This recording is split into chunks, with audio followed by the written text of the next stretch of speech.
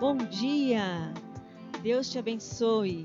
Você que está aí deste lado, eu quero desejar a você um excelente domingo.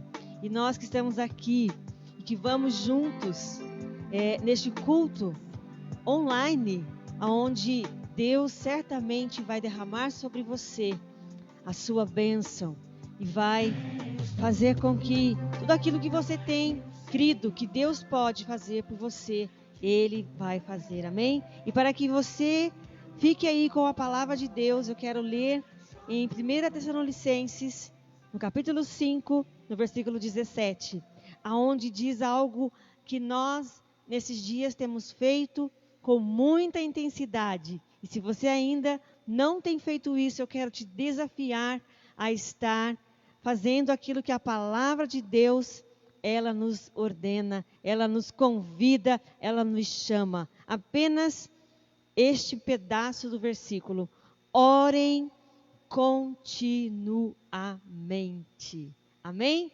Você que está na sua casa, você que está no seu carro, aonde você estiver, seja alguém que pratica a oração continuamente. Amém? E eu quero orar agradecendo ao Senhor por esse dia, louvando a Ele por tudo aquilo que Ele tem feito por nós. Senhor nosso Deus e Pai, nós queremos te glorificar e dizer ao Senhor obrigado por mais um dia. Obrigado pela certeza de que o Senhor tem nos conduzido, ó Deus, segundo a tua e perfeita, agradável vontade. E nós aqui queremos celebrar ao Senhor neste dia, celebrar ao Senhor neste domingo, ó Deus, e entregando ao Senhor este culto e declarando que o Senhor é poderoso para fazer infinitamente mais do que nós temos pedido ao Senhor, do que nós temos imaginado, ou até mesmo aquilo que temos sonhado. O nosso Deus é poderoso para fazer. Amém? Deus abençoe e fique aí ligado, fique aí junto conosco neste culto em nome de Jesus.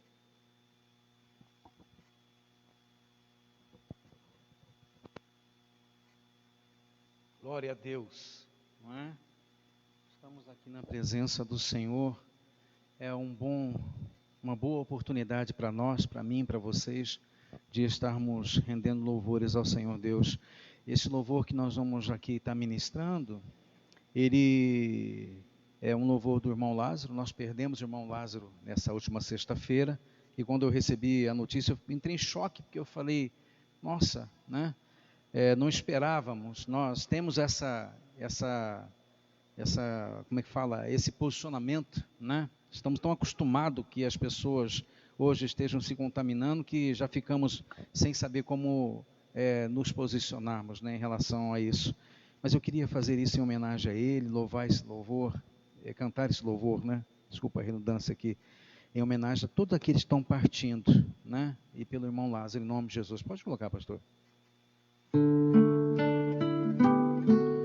Você conhece o louvor, louve conosco. Deixa ele penetrar no seu coração.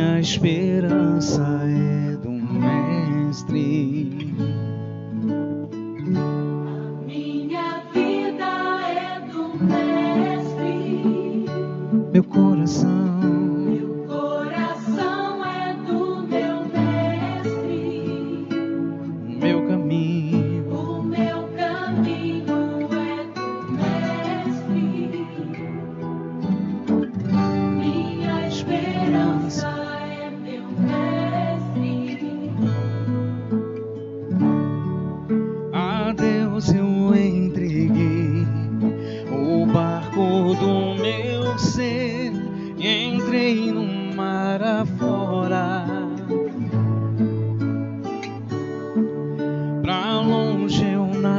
segui.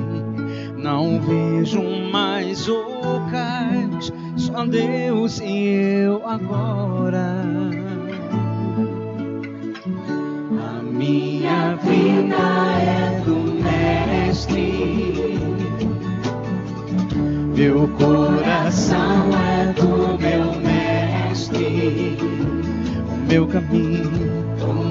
caminho é do Mestre, minha esperança é do Mestre. Solidão da vida, eu pude perceber o quanto Deus me ama. As ondas grandes vêm tentando me arrastar pra longe da presença. Minha vida é do Mestre, meu coração é do meu Mestre, o meu caminho é do Mestre, minha esperança é do Mestre. Oh Senhor, a todos aqueles que estão partindo, Deus, que o Senhor esteja, Pai, como teu consolador, ó Pai, ministrando a sua vida de cada família, Pai, de cada ente querido, de cada um de nós que ficamos, ó Senhor Jesus. Cuida de nós nesse tempo difícil, Pai, nesse momento em que nós vivenciamos, ó Pai, essa dor tão terrível da perda de pessoas queridas, de entes queridos, ó Deus. Nós entregamos nas tuas mãos, ó Pai. Aleluia. Solidão da vida, eu pude perceber o quanto Deus me ama. As ondas grandes vêm tentando arrastar pra longe da presença. A minha vida é do Mestre, meu coração é do meu Mestre, o meu caminho é do Mestre, minha esperança é do Mestre. Aleluia.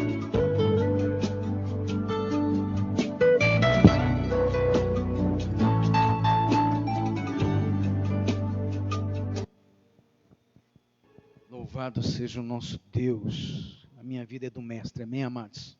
A sua vida também, em nome de Jesus. Bom, nós estamos aqui numa temática diferente, né? Culto online. Queremos clamar por toda a sociedade, por você, por cada um de nós. Eu queria fazer menção aqui de um texto, 2 Crônicas, capítulo 20. Vai falar quando a batalha ali de Josafá, né, contra os filhos de Amon, de Moabe. Uma grande multidão, narra o texto aqui, que vinha contra o povo de Deus. E aqui Josafá faz uma das orações mais eloquentes da Bíblia, né? Uma oração pautada, calcada na palavra, na promessa de Deus. Eu queria ler, são apenas 5 versículos, e depois nós vamos orar. Vou chamar aqui o pastor Márcio para estar orando por você, pela sociedade, por cada um de nós. Então, 2 Crônicas 20, verso 6, diz assim, expressão do rei Josafá, né? E disse: Ah, Senhor, Deus dos nossos pais, porventura não és tu Deus nos céus? Pois tu és dominador sobre todos os reinos das gentes, e na tua mão há força e poder. Não há quem te possa resistir. Porventura, ó Deus nosso, não lançastes tu fora os moradores dessa terra, de diante do teu povo de Israel, e não a destes a semente de Abraão, teu amigo, para sempre? E habitaram nela, e edificaram nela um santuário ao teu nome, dizendo: se algum mal nos sobrevier, espada, juízo, peste ou fome, nós nos apresentaríamos diante desta casa e diante de ti, pois o teu nome está nessa casa, e clamaremos a ti na nossa angústia, e tu nos ouvirás e livrarás. Amém, amados? Então, a hora que nós orarmos, creia que estas palavras ditas pelo rei Josafá, a expressão das palavras de Deus, do próprio Deus, tem o seu efeito e de fato há de repreender todo esse mal que tem assolado a nossa sociedade, há de nos libertar e abençoar nossas famílias em nome de Jesus. Amém? Pastor, posso chegar? Graça e paz, amados, você que está nos assistindo neste momento, é momento de nós clamarmos ao Senhor. Nesse momento de angústia, de luta, de batalha, não podemos desanimar. Deveremos buscar força no Senhor, é Ele que nos dá essa força. É Ele que nos guarda, é só Ele que nós buscamos, é nele que está a nossa esperança. Então vamos orar junto, tira esse momento aí para orarmos ao Senhor. Pai, em nome de Jesus, chegamos diante de Ti neste momento, Senhor, de angústia e dor. Perdemos alguns amigos, perdemos alguns entes queridos, familiares, ó Pai, amigos próximos. E que o Senhor venha confortar os nossos corações. Conforta o coração deste filho que perdeu o pai, dessa filha que perdeu a mãe, desses filhos que perderam ali uns tios ou pessoa próxima. Ó Deus, abençoe, Senhor, os nossos amigos, muitos pastores que se foram, muitos pais de pastores que se foram. Ó Deus, consola os corações desses amigos, desses irmãos, desses colegas que perderam familiares e pessoa muito próxima. Que o conforto do Senhor esteja nos corações, dando Ele força para o viver, o amanhã, e continuar, ó Pai, na Tua presença, esperando no Senhor, sabendo que o Senhor é o Deus da cura, o Deus do milagre, ó Pai. Clamamos ainda por aqueles que estão ali no hospital, ó Pai, buscando um fôlego, buscando um respirar. Tu és o fôlego da vida, Senhor. Fortalece esses pulmões que estão ali, ó Pai, danificados, ó Pai. Em nome de Jesus, coloca a Tua mão de milagre e cura, ó Deus, aqueles, ó Pai, que estão ali no hospital. Talvez não seja nem por Covid, sejam outras enfermidades, sabendo que Tu és o Deus que cura toda enfermidade. Por isso, ó Deus, alcance, Senhor, em nome de Jesus, esses que estão no leito do hospital, estão em casa se recuperando, fortalece, ó Pai, em nome de Jesus. Eu tenho muitos amigos, muitos colegas, não vou citar o nome de cada um, mas em geral, ó Pai, salva, cura, levanta, ó Pai, cura em nome de Jesus, ó Deus. Ó Deus, nós clamamos a Ti pela igreja do Senhor que está estabelecida aqui, ó Deus. Fortalece os líderes, fortalece os irmãos, as igrejas que estão com as portas fechadas, mas nós somos a igreja, estamos aqui pronto para celebrar e louvar o Teu nome. Ó Deus, sabemos que o Senhor não fecha o nosso coração está aberto a Ti, ó Deus. Ó Senhor, nós clamamos para aquelas famílias, ó Pai, daquelas pessoas que precisam sair no meio, ó Pai, dessa situação complicada. Há necessidade de sair, ó Pai, para trabalhar, para buscar o sustento, o pão da Tua casa. Em nome de Jesus, o fortalece livre, ó Pai, de todo mal, ó Deus. Protege as famílias que estão trancadas em casa, estão ali, ó Pai, guardando, ó, em nome de Jesus, guarda-os, ó Pai, com a Tua graça, guarda, ó Pai, com o Teu amor, ó Pai, protege de todo mal, ó Deus. Ó Deus, Tu és o Deus maravilhoso, um Deus que realmente nos salva, um Deus que nos liberta, o Deus que santifica. Por isso nós clamamos a Ti, ó Deus Santo Todo-Poderoso, e nós levamos a Ti, ó Pai, essas vidas diante do Senhor, crendo que Tu és o Deus que pode e faz, e realmente nós cremos em Ti, nos Teus milagres, em nome de Jesus. Aleluia.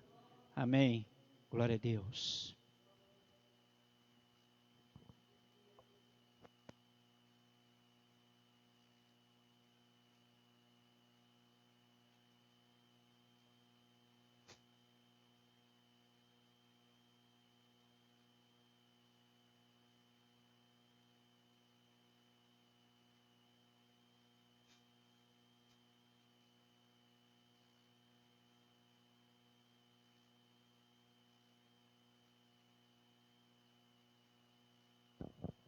A graça e a paz.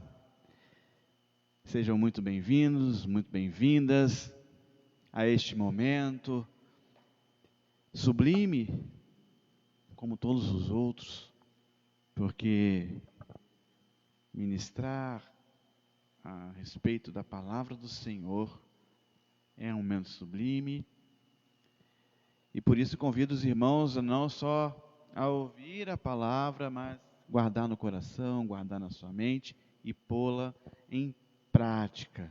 Amém? Bom, eu queria convidar os irmãos então a abrir sua Bíblia no livro de Gênesis, no capítulo 26, versículo 1 até o 25, um pouquinho extenso, mas ele se faz necessário porque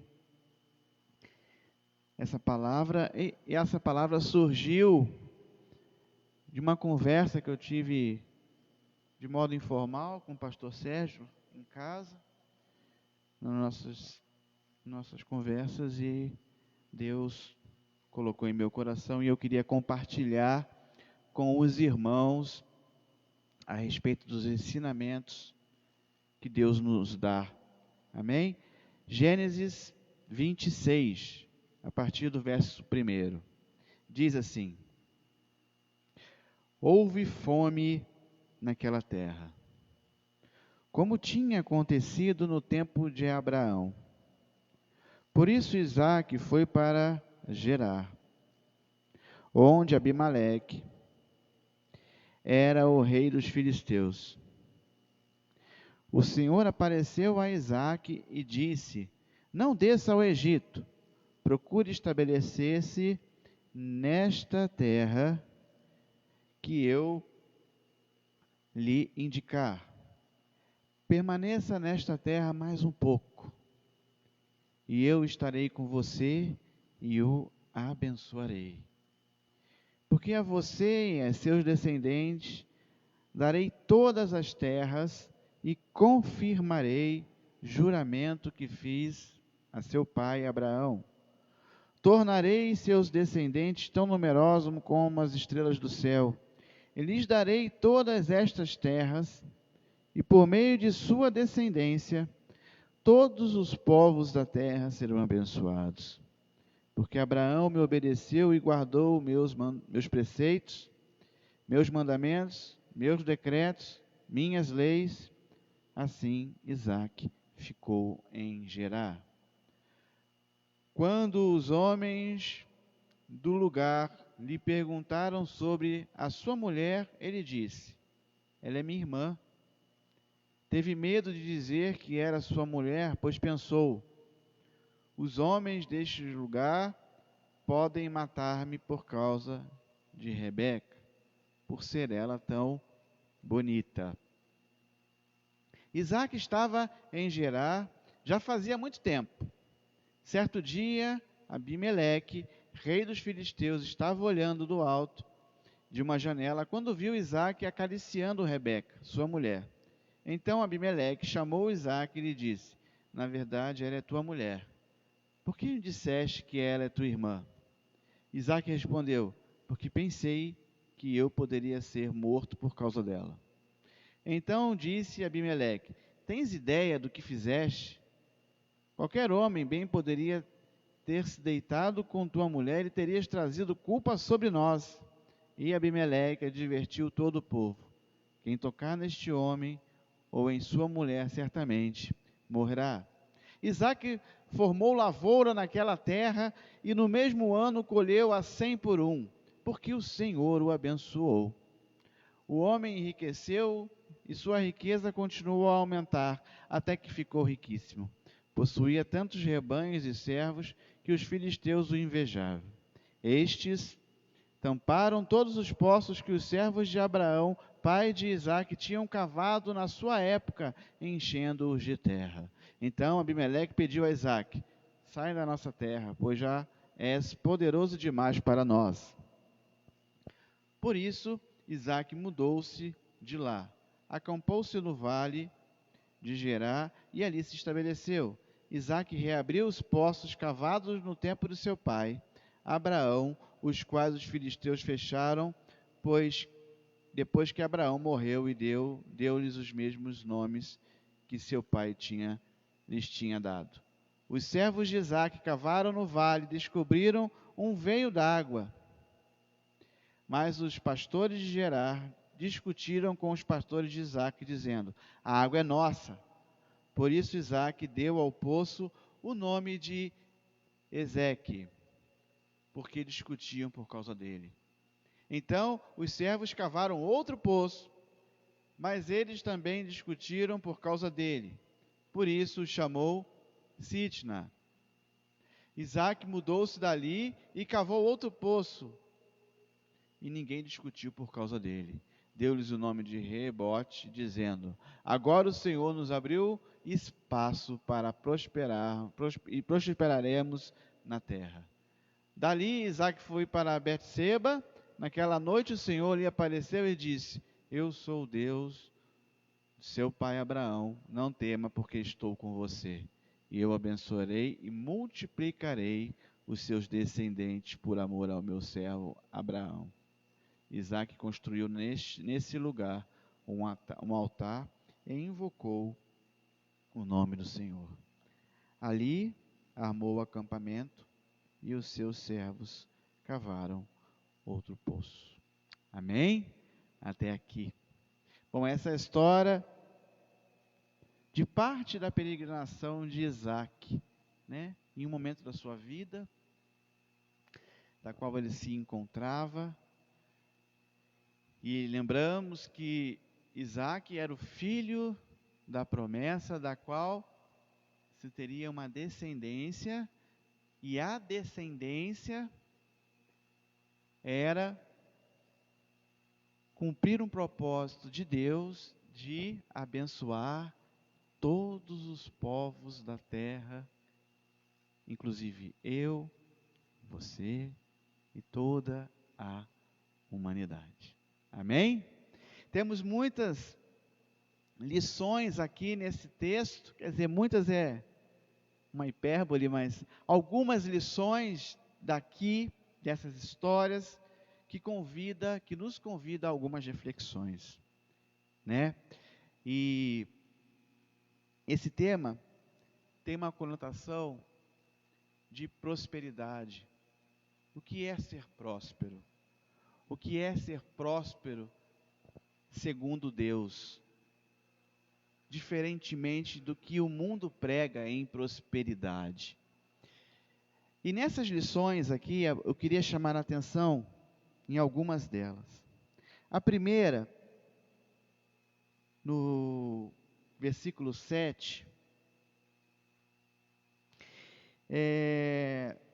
diz assim, olha: quando os homens do lugar lhe perguntaram sobre a mulher, e disse: ela é minha irmã, teve medo de dizer que era sua mulher, pois pensou: os homens deste lugar podem matar-me por causa de Rebeca, por ser tão bonita. Temos esse versículo, da qual se instala um problema, né? Temos o versículo 1, houve fome. Temos no versículo 15 e 16, que diz: estes taparam todos os poços, os servos de Abraão, pai de Isaque, tinha cavado na sua época, enchendo de terra. Temos o 20, que diz: mas os pastores de Gerar discutiram com os pastores de Isaque, dizendo: a água é nossa. De modo que o que a gente percebe são vários problemas. Problema da fome, um problema em relação à esposa de Isaque, Rebeca, um problema a respeito dos poços, a disputa pelos poços, e aqui fazendo um parênteses, não se tratava de um poço em si, mas o poço, o reter a água, era essencialmente útil naquela região, porque era uma região que vivia da economia agrária. Toda a riqueza dependia de água. seja era para cultivo, gado, o que fosse de agrário, era extremamente dependente da água, e o poço ajudava a você reter essa água num ambiente que tinha-se água, pouca água às vezes, falta de água, então era muito importante isso. Mas o que eu quero chamar a atenção de vocês aqui hoje é: existia problema. Problema circunstancial, havia fome. A Bíblia aqui não relata as razões da fome, assim como no Egito, havia fome. Um problema circunstancial. Assim como nós hoje, o problema da pandemia é um problema circunstancial. A gente quer entender as causas, as razões, mas é circunstancial. A pandemia está aí. E hoje, pouco importa de onde veio, ela está aí, e o necessário é que a gente encontre solução para que a gente amenize a quantidade de pessoas que vem morrendo em detrimento dessa circunstância. Ou seja, havia um problema circunstancial. Há problemas também causados por nós mesmos. E esse aqui, explicado no versículo 7, que foi causado pelo próprio Isaac. É ele quem mente. É ele quem diz que a Rebeca não é sua esposa, e sim sua irmã. Então, na nossa vida também, muitos problemas que nós enfrentamos são causados por nós mesmos. São oriundos de nós mesmos. Por quê?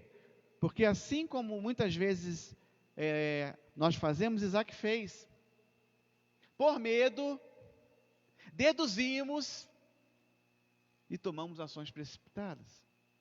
Por medo, ele mente que Rebeca é sua esposa, porque deduziu, por ser ela bonita,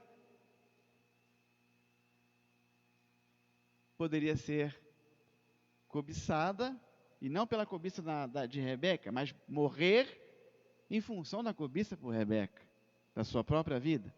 Da mesma forma, a gente também, muitas vezes, erra, porque nós causamos os nossos próprios problemas, porque deduzimos e temos medo.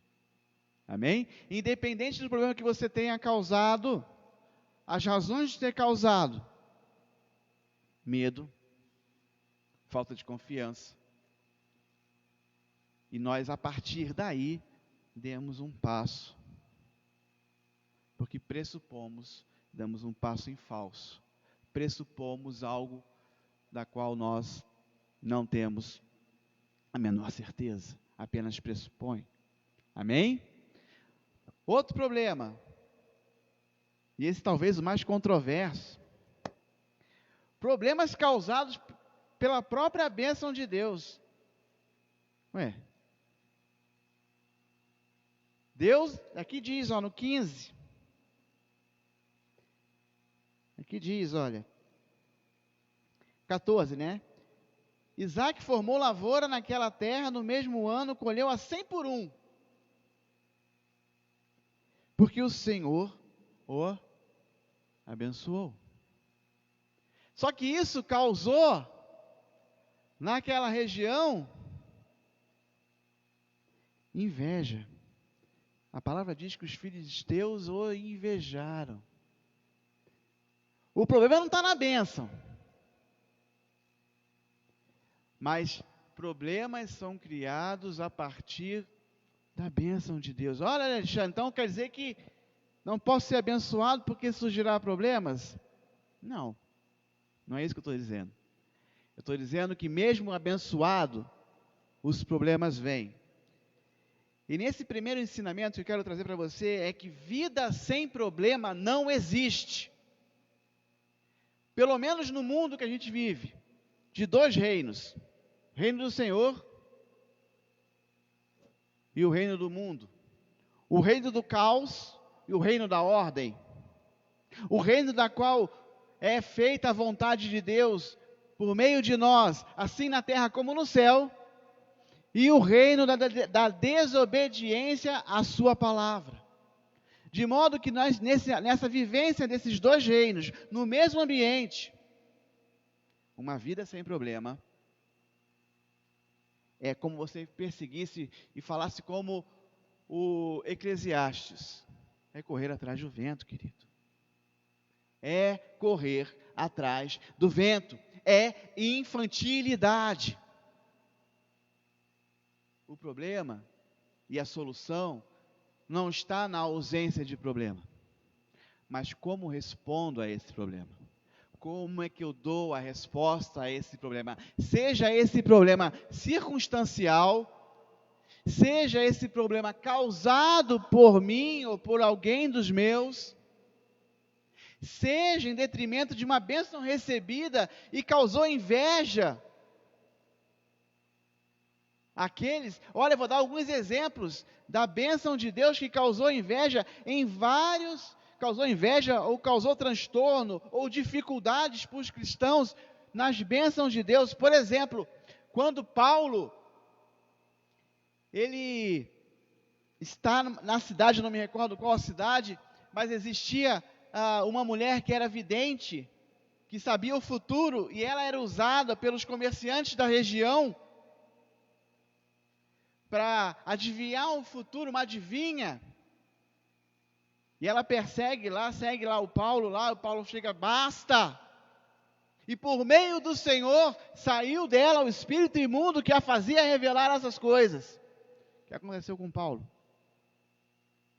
O que aconteceu com Paulo?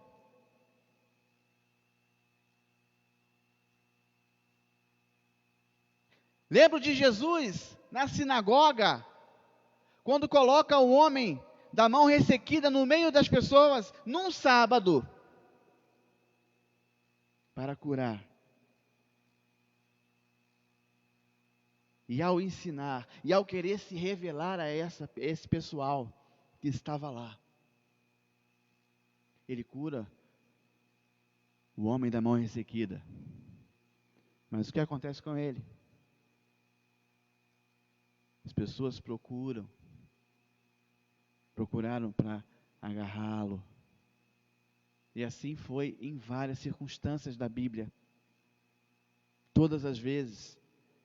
Por que isso acontece? Porque então, querido, só para introduzir aqui, vida sem problema não existe. O que existe, pelo menos agora, mas eu sei e pela fé acredito que um dia viverei com o Senhor sem problema algum, inclusive com o problema da morte. Amém? Porque Ele já venceu a morte. Amém, querido? Segundo ponto importante para nós refletirmos. Olha aqui, versículo 12, 18 e 21. Israel formou lavoura naquela terra e no mesmo ano colheu a 100, porque o Senhor abençoou. 18. Isaque reabriu os poços cavados no tempo de seu pai Abraão, os quais os filisteus fecharam depois que Abraão morreu, e deu-lhes os mesmos nomes a seu pai que tinha dado. 21. Então os seus servos cavaram outro poço, mas eles também discutiram por causa dele, e por isso chamou Sitna. Depois, Isaque mudou-se dali e cavou outro poço, 22, e ninguém discutiu. Deixa eu falar uma coisa para você, queridos. A bênção de Deus não vem a partir do nada, não, vem através de muito trabalho. Para Isaque ter sido abençoado, muito poço, viu? Muito poço cavado, muito poço fechado, muito poço cavado, muito poço fechado. Muito trabalho. E deixa eu falar outra coisa. O trabalho não é pecado não, viu? O trabalho é bênção de Deus. Lá em Gênesis 2,15 diz, olha, formai a terra aqui e cultivá-la, trabalhe. O que foi pecado, a partir do pecado, foi o suor desse trabalho. Aquilo que viria com um pouco mais de facilidade, aquilo que viria com um pouco mais, sem muita luta, veio com muita luta a partir do pecado. Hoje, se todo homem tem que suar muito para pôr o pão na mesa, é em função do pecado. Mas o trabalho em si, nunca foi pecado. Sempre foi vontade de Deus. De modo que, olha, a bênção de Deus pressupõe que o bendito trabalhe. Amém? E nesse trabalho, Deus abençoa. Portanto, você que está aí pensando em desistir, você que está aí pensando em andar para trás, da qual nós não somos chamados, prossiga, persevere, em tudo que fizeres, trabalhe bastante,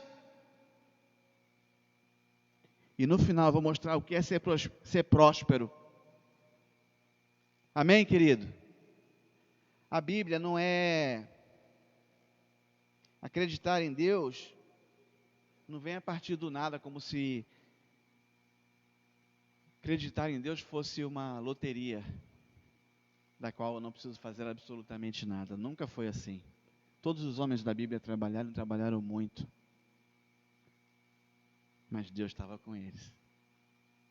Mas Deus não eximiu do trabalho, não eximiu do suor, não eximiu das frustrações. Imagina aqui Isaac, gente, olha que frustração, eu cavo o poço,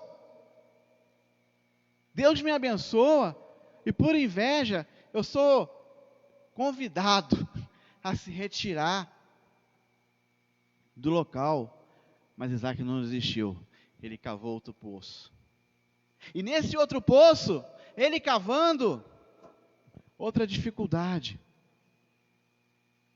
porque aí, fecharam o poço, porque acharam, não, esse poço aqui é nosso, essa água aqui é nossa, fazia um tempo que você não aparece aqui, não, isso aqui é nosso, frustração, cava, fecha o poço, mas ele não desistiu, ele perseverou, e ele vai mais além, e ele não murmura, você vê aqui ele murmurando? Não, ele vai, vamos para outro poço, e ele abre, e fecha de novo, até um dia encontrar um poço, que ninguém discutiu, amém? E é nisso que vemos a mão do Senhor, amém? Terceira lição, a bênção de Deus não impedirá o surgimento das dificuldades. Acabei de ler. A bênção de Deus não impedirá o surgimento da dificuldade. Leia a história dos homens da fé. Quantas dificuldades eles tiveram no seu caminhar. Vê lá em Hebreus 11, a partir do Hebreus 11, os homens da fé, quanto eles caminharam com dificuldade, mesmo estando Deus ao seu lado. De modo equivocado, querido, não se engana. O fato de Deus estar com você não impede as dificuldades da vida. A vida pode me tratar, gente, com muita dureza. E ela nos trata às vezes com muita dureza. Mas pela sabedoria do alto, os ensinamentos do Senhor, não se trata da dureza da vida que me trata, mas quem está comigo na dureza da vida. Isso é ser próspero. Ser próspero não é porque apenas Isaac foi, num único ano, colheu a 100 por 1, enriqueceu, ficou riquíssimo. Porque isso, querido, se você acha que é isso, todo crente humilde deixa de ser abençoado por Deus porque é humilde.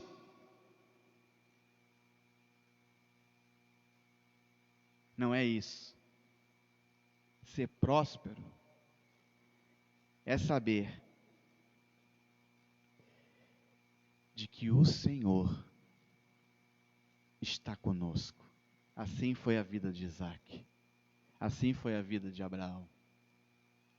Não importa onde eu estou e as dificuldades encontradas, não importa os poços fechados da minha vida, porque eu sei que o Senhor está comigo.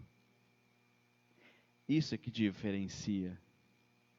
Isso é que te faz próspero. Refutem qualquer pessoa que vier falar a você, mas você é crente, você é de Deus, como que você tem uma vida em dificuldade?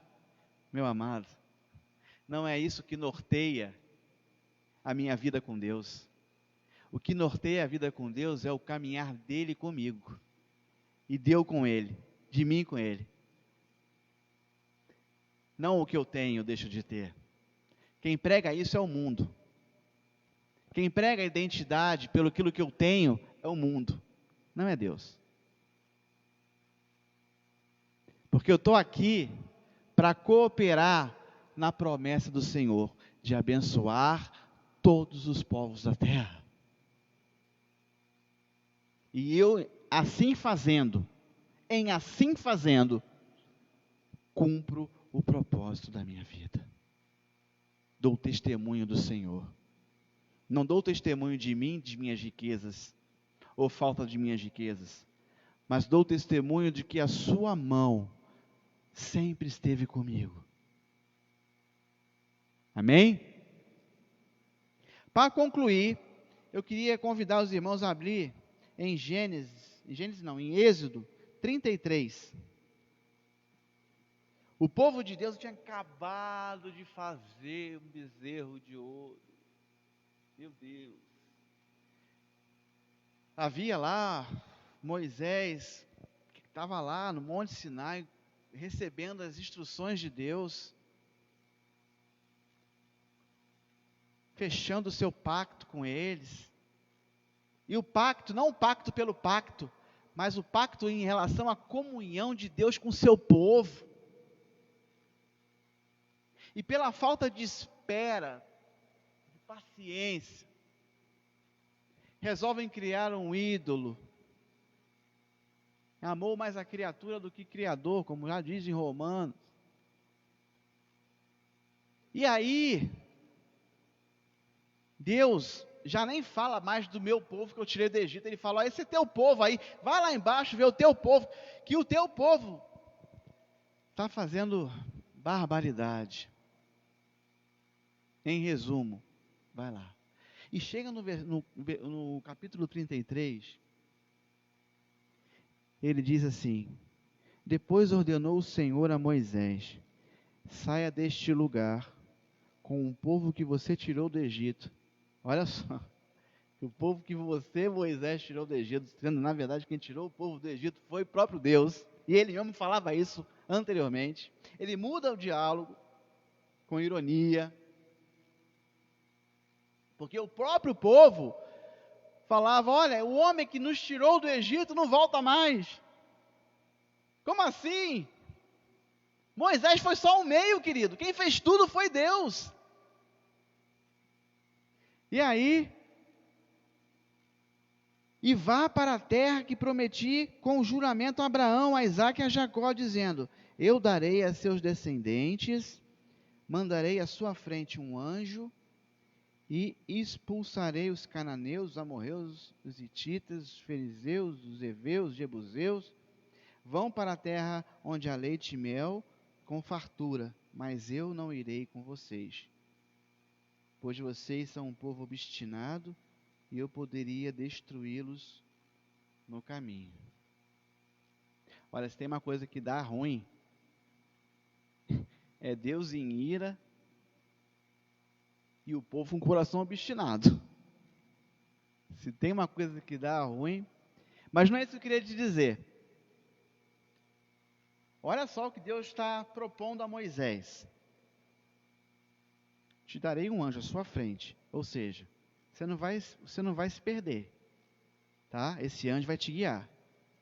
Então, imagina você hoje, ó. Olha a tentação que é. Você vai ter um anjo que vai te guiar. Não vai ter erro. Você não vai errar. Todas as suas decisões vão estar certas porque o anjo está à sua frente guiando. E também vou te dar proteção, viu? Porque você vai vencer os hititas, os fariseus, os ebezeus, os hebreus da vida. Vou te dar proteção. Então, olha só, olha como é tentador. Todas as minhas decisões corretas, toda a proteção ali, nada de mal vai me acontecer. E olha, vocês ainda vão chegar lá na terra, muita fartura, terra que manda leite e mel. Vão chegar ao seu objetivo. Não é tentador para qualquer um? Para qualquer um. Saber onde vai, proteção, objetivo cumprido. Porém, todavia, contudo, ele diz, mas eu não vou. O Senhor, eu não vou. Muita gente, nos dias de hoje também, fala e falaria. Ok, que assim seja. Porque o que interessa, fartura, proteção, direcionamento. A sua presença, tanto faz. Mas Moisés, no versículo 12, diz assim: disse Moisés ao Senhor, tu me ordenaste, conduza este povo, mas não me permites saber quem virás comigo. É como se Moisés dissesse, eu não quero saber sobre esse anjo. Esse anjo não me interessa. Eu não quero saber. Dissestes, eu o conheço pelo nome e de você tenho me agradado. Se me vês como agrado, revela-me os teus propósitos, para que eu te conheça e continue sendo aceito por ti. Lembra-te de que esta nação é o teu povo, não o meu. Não, o meu foi o que disse, tá? Respondeu o Senhor, eu mesmo o acompanharei e lhe darei descanso. Então Moisés lhe declarou, se não fores conosco, não nos envie. Como se dissesse, se o Senhor não vai, nada do que eu alcance, nenhuma proteção,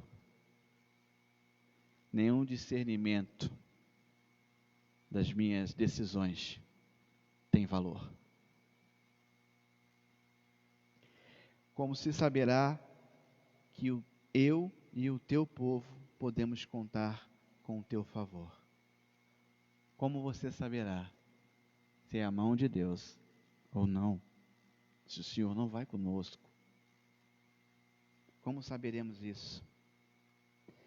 Que mais poderá distinguir? Presta atenção agora, hein? Que mais poderá distinguir a mim e ao teu povo de todos os demais povos da terra? Não é a riqueza, não é o poder, não é discernimento. Ele está afirmando aqui em tom de pergunta, é a tua presença. O que distingue nós dos outros, povo de Deus, do não povo de Deus, é que na caminhada, Ele caminha conosco. Que nesse momento, nesse instante da sua vida, nessas reflexões, pare para pensar um pouquinho. O quão é importante para você o Senhor na sua vida. Não o Senhor idealizado, mas o Senhor que caminha com você. ele tem mais valor para você do que todas as suas conquistas, todas as suas realizações, todo o seu poder, toda a sua proteção, porque se assim não for, não amarás o Senhor sobre todas as coisas. Como assim ele diz? Que você seja muito abençoado com essa palavra, assim como eu fui, para saber que prosperidade não é aquilo que eu tenho, mas é saber que a mão dele e ele caminham comigo. Amém? Que vocês tenham um ótimo domingo, seja muito abençoado. Continue caminhando, continue lutando, trabalhando. As dificuldades vêm, mas com o Senhor, que caminha conosco, Ele dá um jeito. Amém? Deus abençoe.